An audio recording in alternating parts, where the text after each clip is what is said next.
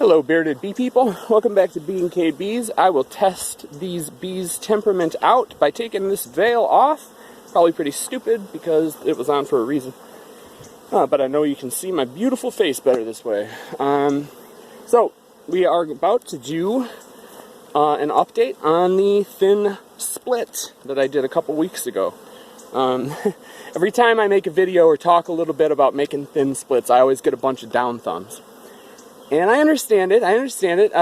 You know, strong splits work better. They're a lot less prone to error and just messing up and becoming duds.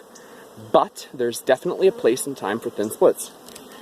And I think whenever I did this one was the place and time. And let's check it out and find out if I was true or if that was correct.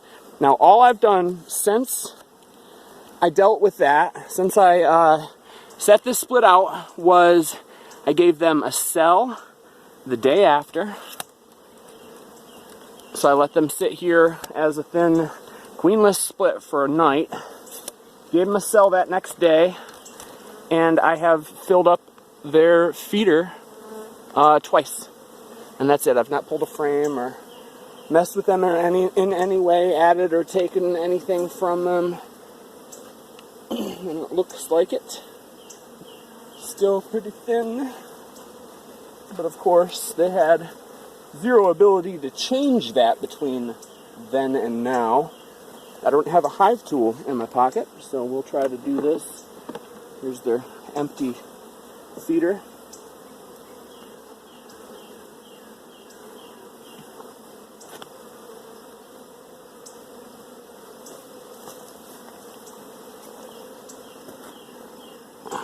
Okay, we got what's remaining of their brood pattern, or of their brood patch, I mean, and it looks like there are eggs.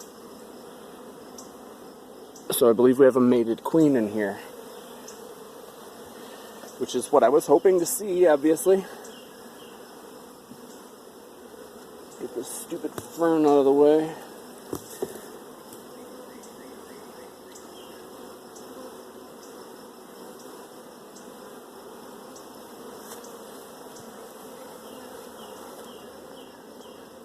Alright, there we are.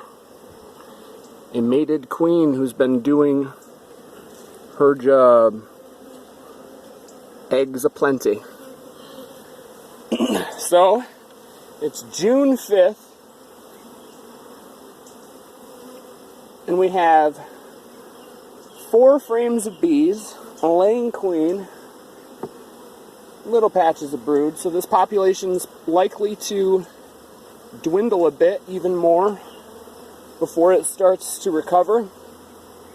But I think that's okay, because they're going to manage, like 2.5 frames of a brood nest over the next couple weeks, and during those next couple weeks that population will dwindle a bit.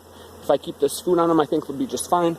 And then after that, the brood that we're starting to see in there will start to emerge. You know, some of the older larvae and stuff.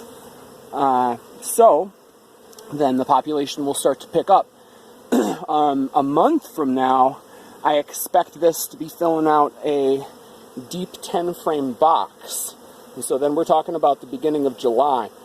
At that point, we'll probably just add another brood box to them, because I won't have drawn honey boxes. Oh, maybe I will, because it'll be July and I will have pulled some off of some hives. But regardless, trying to speculate on the plan now is pointless, because who knows what's going to happen between now and a month from now.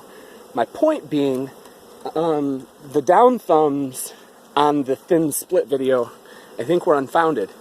Because now, like I said, we've got a laying queen, we've got a little brood cluster that, given the next couple of months of nectar flowing and nice warm weather for them to build up in, I think this is going to be a decent little hive for us going into winter. So, like I said, I think there is a time and a place for thin splits. July, August is not the place and not the time. But May, early June, it definitely is for those 2.5, 3 frame splits. You could pull a minimal amount of resources from your parent hive and make a lot of good, make a lot of new hives. Of course, like I said before, I don't recommend allowing 3 frames of bees to create a queen. So, like I said, I gave them a cell from one of our cell builders.